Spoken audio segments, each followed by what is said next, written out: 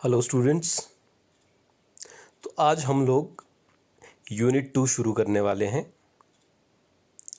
तो यूनिट 2 में जो हमारा टॉपिक है that is inspection and repair of fasteners.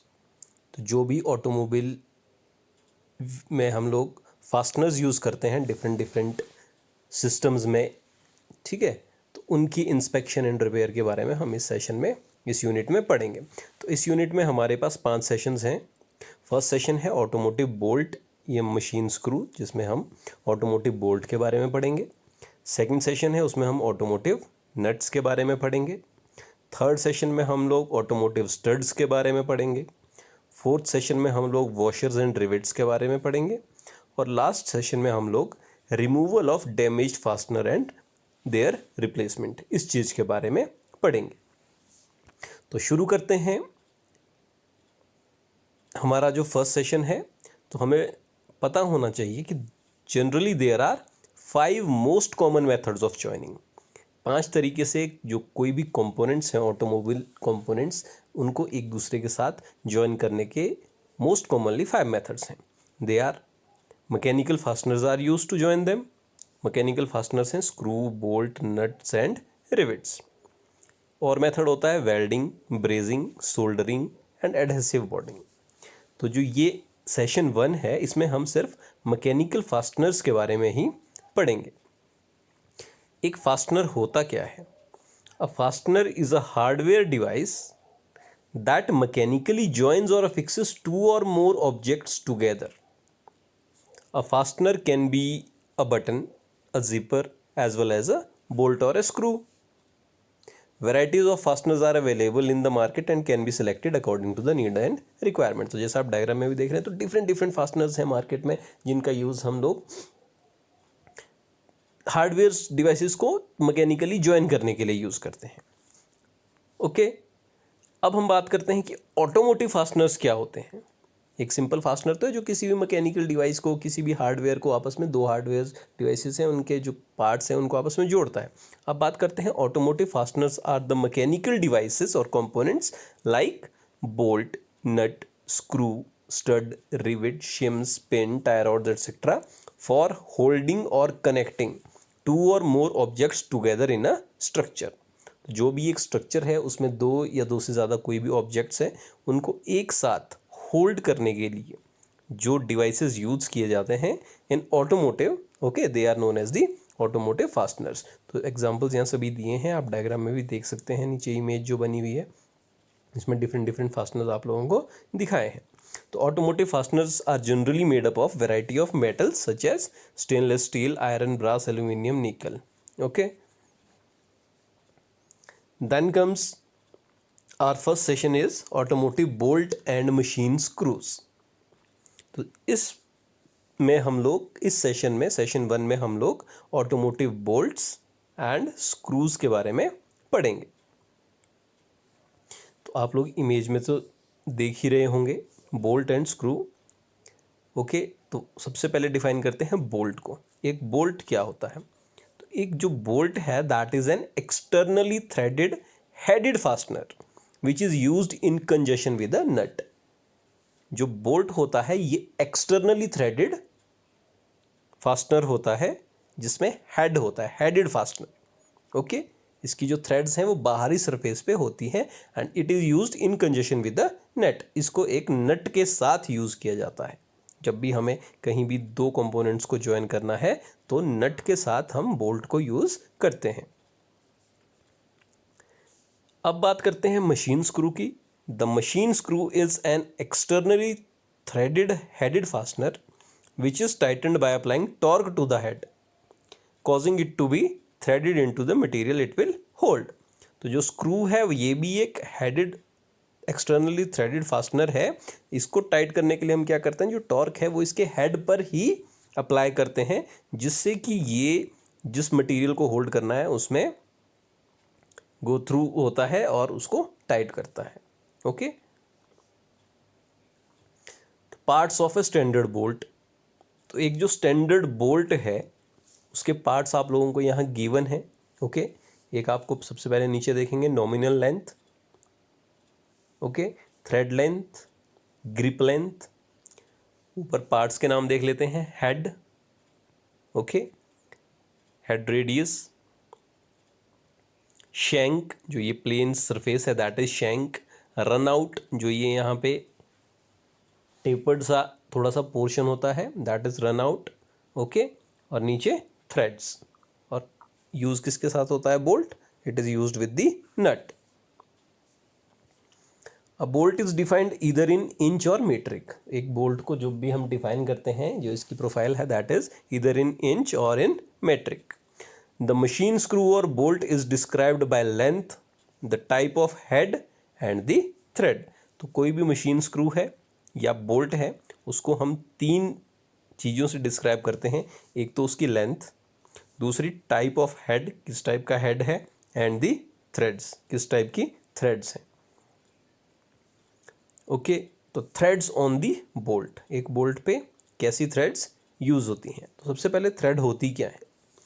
A thread is a ridge of uniform section in the form of helix on the internal और external surface of a cylinder. अभी हम normal thread की बात करेंगे। Thread होती क्या है कि किसी भी सिलेंडर के या तो इंटरनल सरफेस पे या एक्सटर्नल सरफेस पे हेलिक्स फॉर्म का जो यूनिफॉर्म सेक्शन होता है that is known as the thread. और हम डिफाइन कैसे कर सकते हैं कि it could be described as a sloping plane curled around a cylinder. किसी भी सिलेंडर के अराउंड एक स्लोपिंग प्लेन है, ठीक है जी। External threads are on the bolt, हमें पता है, and screws, and internal threads are on the nut. तो बोल्ट और स्क्रू हैं उनमें एक्सटर्नल थ्रेड्स होती हैं, बाहर थ्रेड्स होती हैं, और जो नट है उसमें इंटरनल थ्रेड्स होती हैं। देयर आर टू टाइप्स और direction of thread helix. Generally दो टाइप की डायरेक्शन होती हैं थ्रेड हेलिक्स की, ओके। एक होती है राइट हैंड थ्रेड, आप देख रहे हैं जैसा कि इमेज में भी, एंड एक है लेफ्ट हैंड थ्रेड, ठीक है। Most common threads are the right hand threads. तो जनरली जो थ्रेड्स कॉमनली यूज की जाती हैं they are the right hand threads. आप लोगों ने सुना भी होगा राइटी टाइटी लेफ्टी लूजी, मतलब जब राइट हैंड को, राइट साइड को हम घुमाएंगे तो जनरली कोई भी चीज़ है वो टाइट होती है, लेफ्ट साइड को घुमाएंगे तो कोई भी चीज़ लूज होती है in general, okay. Right hand threads are denoted by RH and LH for the left hand threads. Right hand के लिए RH वर्ड यूज किया जाता है, लेफ्ट हैंड के लिए LH। नेक्स्ट है the number of starts on most of thread is 1। Generally जो भी थ्रेड्स होती हैं उनमें जो स्टार्टिंग पॉइंट होता है वो जनरली सिंगल होता है। होएवर नंबर स्क्रूज थ्रेड्स में बी फ्रॉम 2 to 20। वैसे 2 से 20 कुछ भी, पर जनरली सिंगल होती है। If the end view of is an offset circle the screw is a single start. तो अगर जो स्क्रू है हमारा, ठीक है, उसका जो एंड व्यू है जब हम सामने से देखेंगे, if it is like this offset circle हमें दिखता है, जैसा आप देख रहे हैं फर्स्ट इमेज पे, ठीक है। ऑफसेट सर्कल मतलब उसका सेंटर बिल्कुल बीच में नहीं लगता है, हमें लगता है कि उसका सेंटर क्या है, साइड पे है, तो that has a single start, that screw has the single start, okay. A two start thread will have roughly a football shape। अगर कोई स्क्रू है जिसमें डबल टू स्टार्ट थ्रेड हैं, ठीक है, तो उसकी जो एंड व्यू होगा that will be like a football shape, जैसा आप इसमें इमेज में भी देख रहे हैं। A three start thread will have a try Oval shape, जैसा आप इमेज में देख रहे हैं। 3 स्टार्ट थ्रेड होगी किसी भी स्क्रू की तो it will have triangle shape, जो उसका एंड व्यू है सामने से जब हम देखेंगे उसे।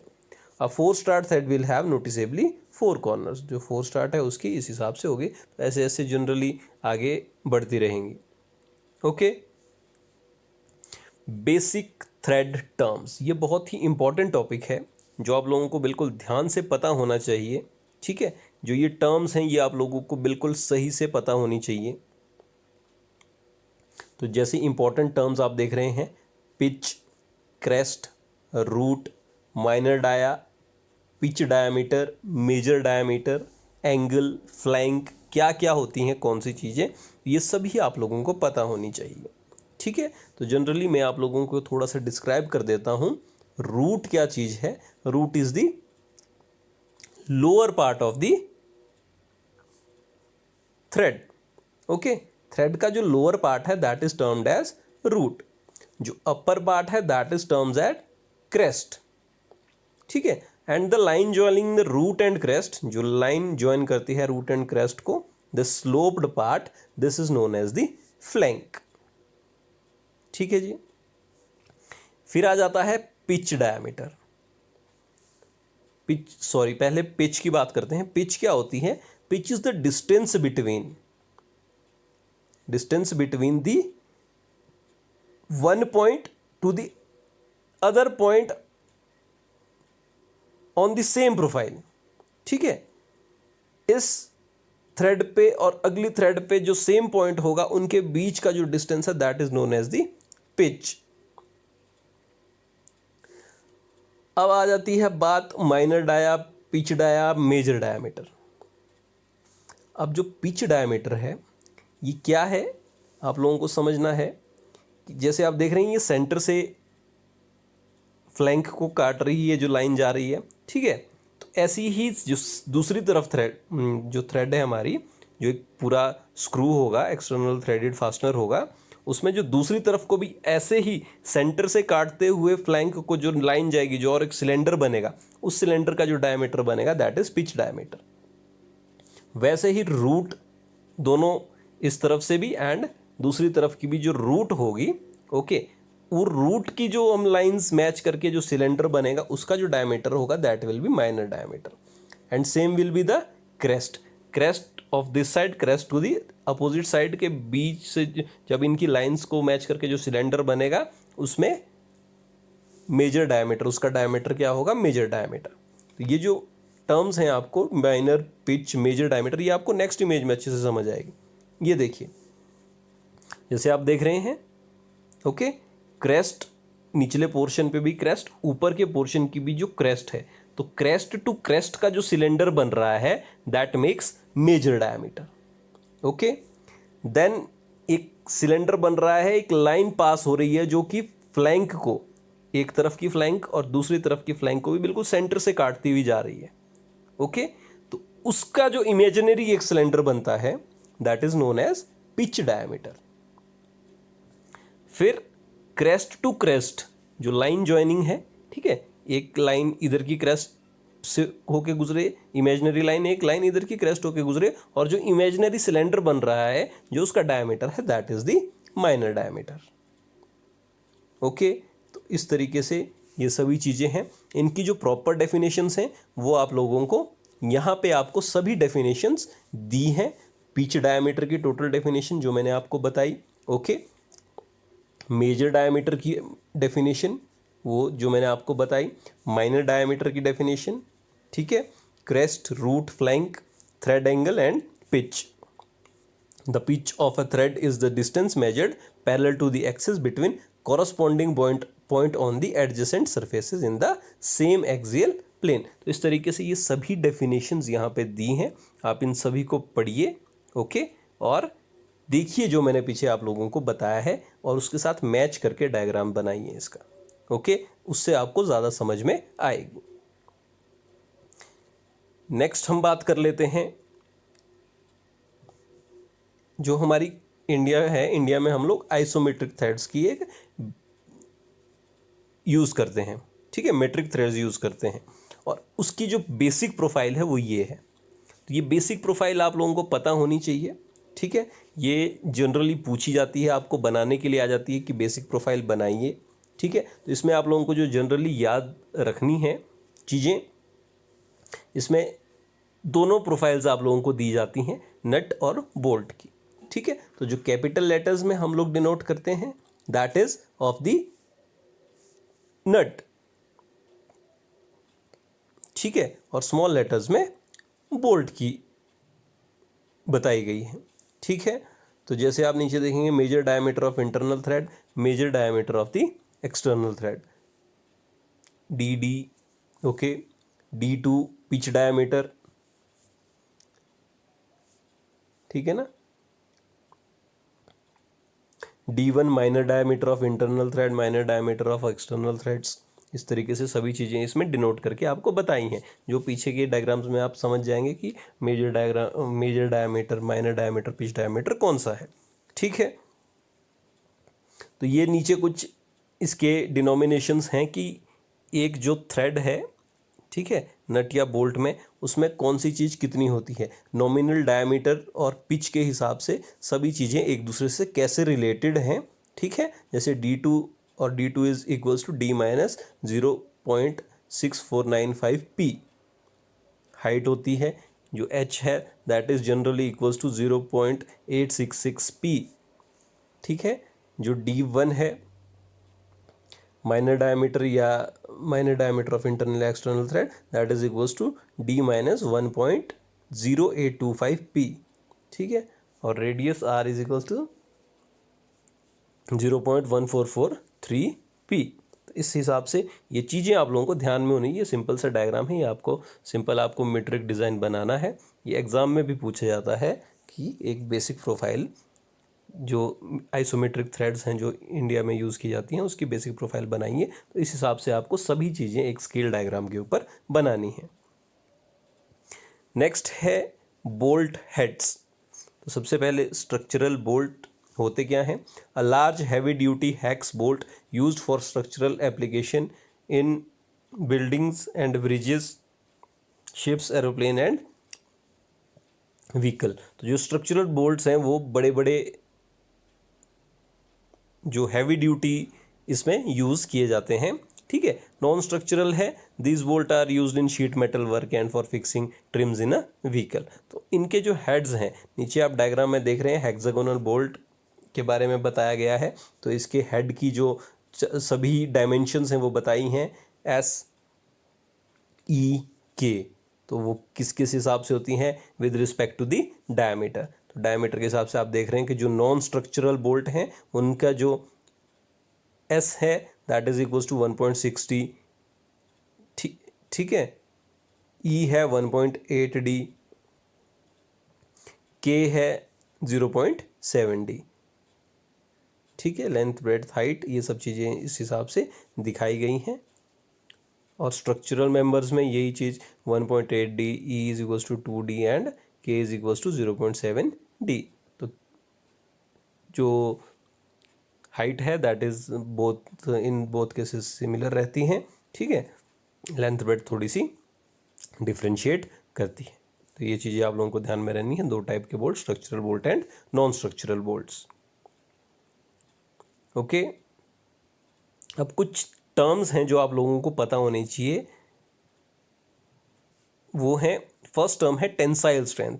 तो किसी भी फास्टनर की टेंसाइल स्ट्रेंथ तो को कैसे डिफाइन करते हैं हम? टेंसाइल स्ट्रेंथ क्या होती है? It is the maximum load in tension which a material can withstand before breaking और फ्रैक्चरिंग। किसी चीज़ को हम इधर उधर खींचेंगे, टेंशन प्रोवाइड करेंगे, ठीक है, पुल करेंगे दोनों एंड्स को डिफरेंट डायरेक्शंस में, तो वो कितना लोड सहन कर सकती है टूटने से पहले, that is known as its tensile strength.